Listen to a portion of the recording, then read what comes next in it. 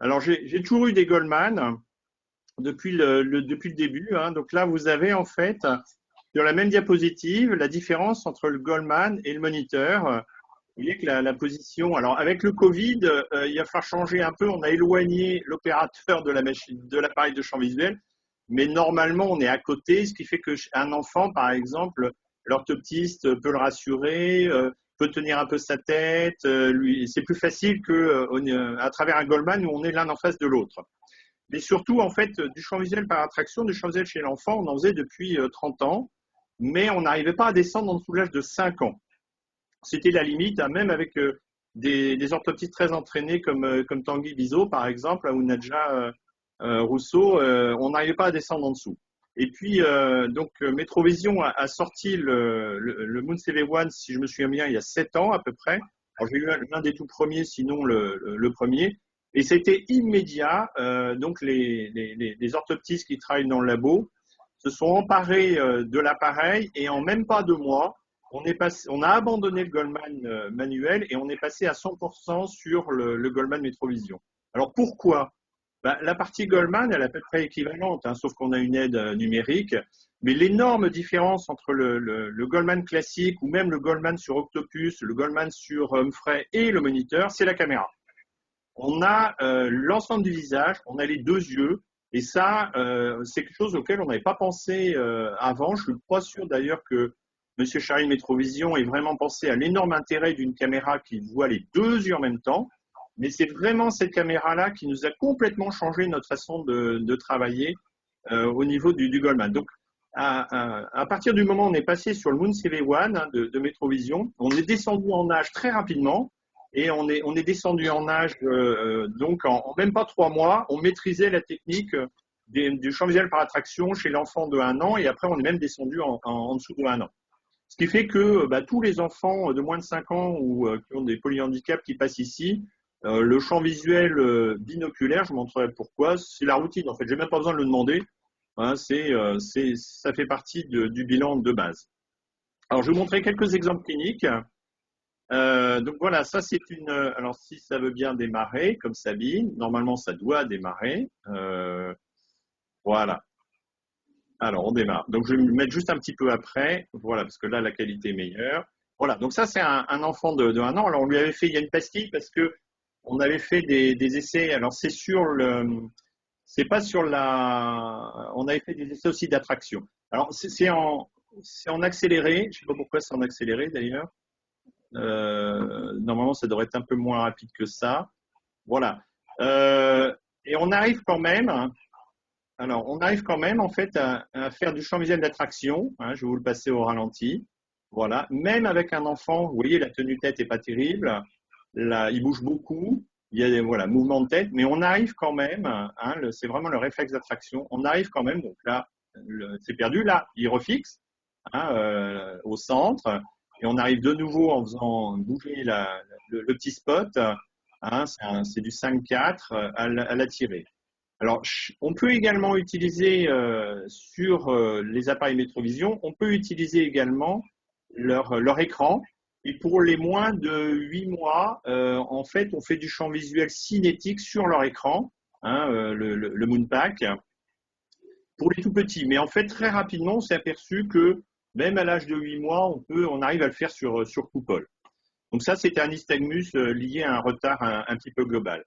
Une autre petite fille, voilà, donc ça c'est avec une vitesse. Alors là, vous avez le résultat du champ visuel à la fin, mais donc vous avez le petit spot en fait qui est ici, hein, donc là c'est le déroulement. Alors voilà, on allume ce spot là, donc on commence par l'intéresser un petit peu au centre et puis on essaye en périphérie. Voilà, donc en périphérie et hop, voilà, vous avez vraiment le réflexe d'attraction périphérique. Et puis, bah, on fait un petit peu tout. Là, vous avez le déroulé du champ visuel. Donc, vous voyez, c'est du 5-4, c'est du 3-4 même, c'est même pas du 5-4, c'est du 3-4. Là, il rigole. Donc là, vous voyez, la différence par rapport au Goldman, c'est que l'orthoptiste est à côté et surtout la caméra, on a le visage.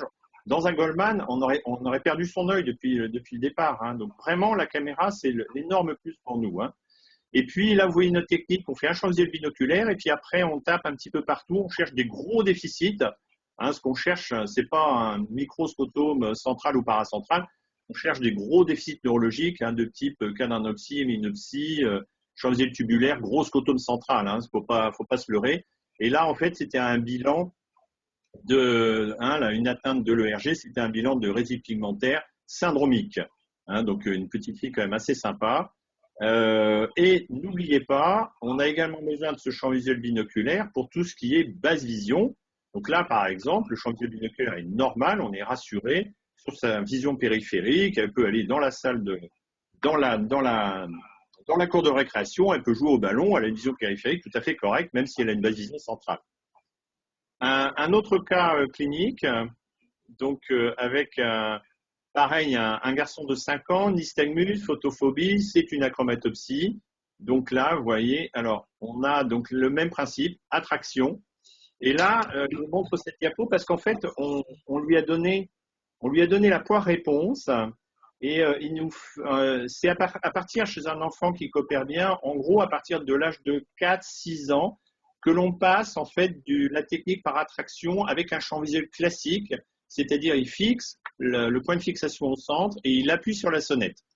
Donc là, c'est assez difficile pour l'orthoptiste parce qu'elle doit valider le point par attraction et si le gamin n'est pas très attentif au but d'appuyer, en fait, c'est l'orthoptiste qui doit à la souris valider le point. Donc, c'est des champs visuels pas faciles à faire quand on a une réponse mixte, attraction plus technique classique avec la poire réponse.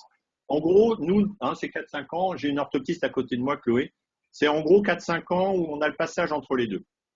Et puis, le dernier cas clinique, alors ça, c'est très intéressant parce que là, c'est un enfant de 12 ans, mais c'est également des techniques de champ visuel utilisables chez l'adulte et même la personne âgée. Hein. Donc ça, c'est un retard psychomoteur majeur, une séquelle de syndrome de Kawasaki. Hein. C'est à la mode en ce moment, hein, des atteintes neurologiques sévères.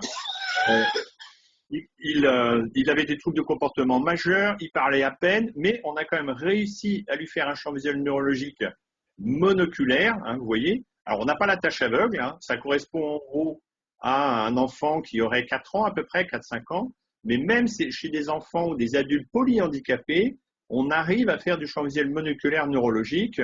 Donc là, on est plutôt satisfait. Hein. Pour nous, il a un champ visuel neurologique. Alors, il y a un effet de fatigue, hein, vous voyez l'isoptère central et sur l'autre, mais c'est des champs visuels qui sont tout à fait fiables et on est plutôt satisfait de pouvoir répondre aux neuropédiatres. Champ visuel neurologique, a priori, normal, sauf bien sûr le problème de la tache aveugle.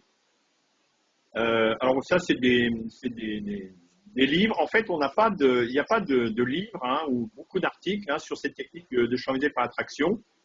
Qui est relativement nouvelle. Hein, c'est lié aux caméras, aux définitions. En clair, ça date de moins de 10 ans, hein, toutes ces techniques-là. Donc, on n'a pas beaucoup de littérature là-dessus. Voilà, j'ai fini mes petits exemples cliniques. Donc, notre technique, en fait, juste de champ visuel, on commence toujours par du binoculaire, toujours des gros tests. On essaye ensuite, à chaque fois qu'ils viennent, ils ont un champ visuel binoculaire. Donc, on commence d'abord sur écran et ensuite sur coupole. À un moment donné, en binoculaire, ils arrivent à avoir la fixation. Et cette fois-ci, au moment où, en gros, 3 ans, 3-4 ans, à partir du moment où ils commencent à fixer, à pouvoir être capable de jouer une sonnette, on commence en monoculaire. Et là, en monoculaire, en général, ça se passe moins bien. On retourne en attraction. Et au bout d'un ou deux champs visuels monoculaires, en général, l'enfant arrive à faire du champ visuel, c'est-à-dire œil et tête immobile avec la poire réponse. Donc voilà, on fait d'abord binoculaire, test grossier, binoculaire plus fin avec du 3-4, on passe en monoculaire grossier 5-4 et on commence par attraction. Et ensuite, on fait du monoculaire avec des tests plus fins, donc par la technique classique. Et en tout dernier, la tache aveugle, dans notre expérience, avoir une tache aveugle interprétable fiable, c'est rarement en dessous de 6 ans. Hein. Je ne sais pas ce que Sabine en pense, mais la tache aveugle, rarement en dessous de 6 ans. Alors, en pratique, dans notre expérience, les champs visuels automatiques, depuis qu'on a la coupole Goldman, hein, cette nouvelle coupole Goldman, les champs visuels automatiques, on a complètement abandonné. On ne fait plus de champs visuels automatiques jusqu'à l'âge de 8 ans. Et c'est seulement à partir de 8 ans Par exemple, les glaucomes congénitaux, hein, pour être très précis. À partir de 8 ans, on commence à passer du Goldman à l'automatique. Et là, même technique, on commence d'abord par l'automatique binoculaire et ensuite, une fois qu'il maîtrise bien l'automatisme, le champ visuel automatique, on passe en monoculaire. Donc on commence nous toujours nos champs visuels binoculaires et ensuite monoculaires. Voilà comment on travaille sur Nantes.